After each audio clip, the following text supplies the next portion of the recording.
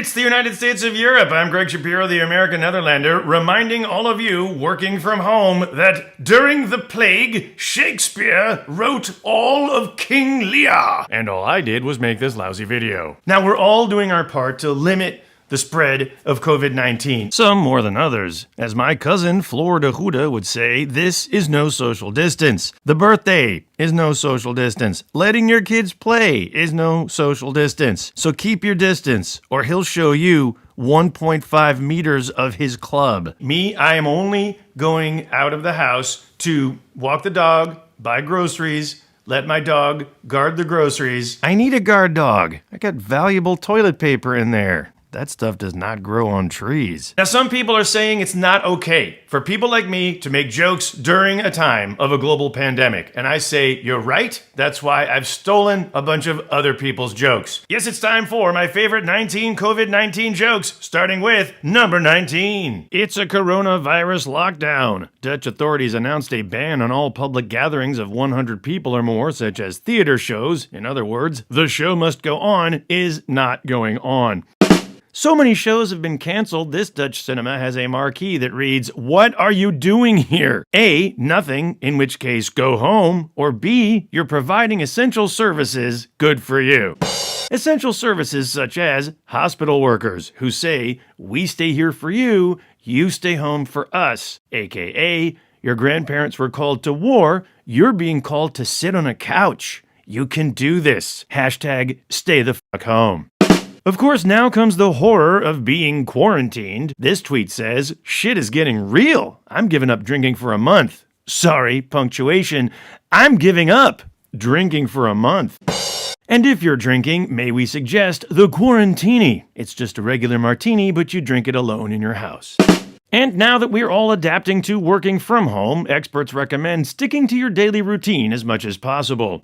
Remember the power of positive thinking and being mindful. The best way to live in the moment is having that feeling that tomorrow is going to be a shit show. Literally, like when the toilet paper runs out, because you can't spell pandemic without panic. Good news, this guy found some extra toilet paper if anyone needs it.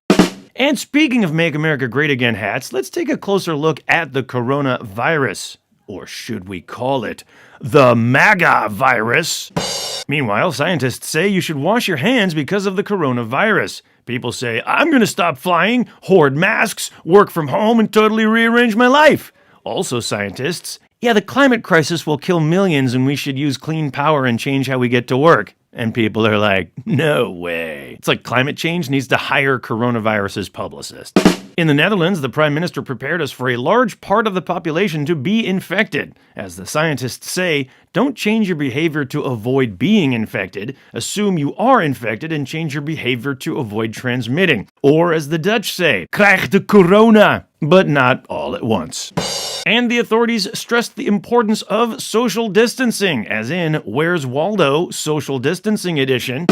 And if you have to go out, just don't be a COVIDiot, defined as a stupid person who stubbornly ignores social distancing protocols, or a stupid person who hoards all the groceries.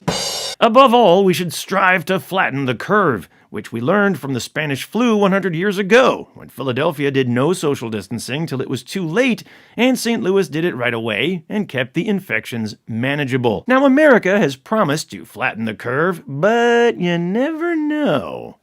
For weeks, Donald Trump was denying the viral threat, effectively infecting thousands. Or as the sign says, Trump is a COVIDiot. But now there's been a shift. How serious is Trump? Well, you know things are bad if Trump is issuing a travel ban on white countries. Trump is like so many baby boomers. Ha ha, you triggered millennials. I'm a burn coal and force feed plastic to a turtle and Greta needs a spanking. Boomers now, people of all ages must adhere to strict guidelines to stop this global threat. Eat, pray, love, we're all in this together. I was at Woodstock. Now Republicans are pledging cash bailouts to every single American. Or, how much does it take to turn a Trump supporter into a socialist? $1,000. All of this proving that Wuhan ain't nothing to f*** with. Or, since China has now hit a corona milestone, no new Wuhan infections, it's more like Wuhan got them all in check. Meanwhile, in Germany, they're preparing for the crisis by stocking up on sausage and cheese. It's a worst-case scenario. And finally, if you really want to help, don't forget to wash your hands and use hand satanizer. Hey, thanks for watching, and remember, if you don't subscribe, the virus wins.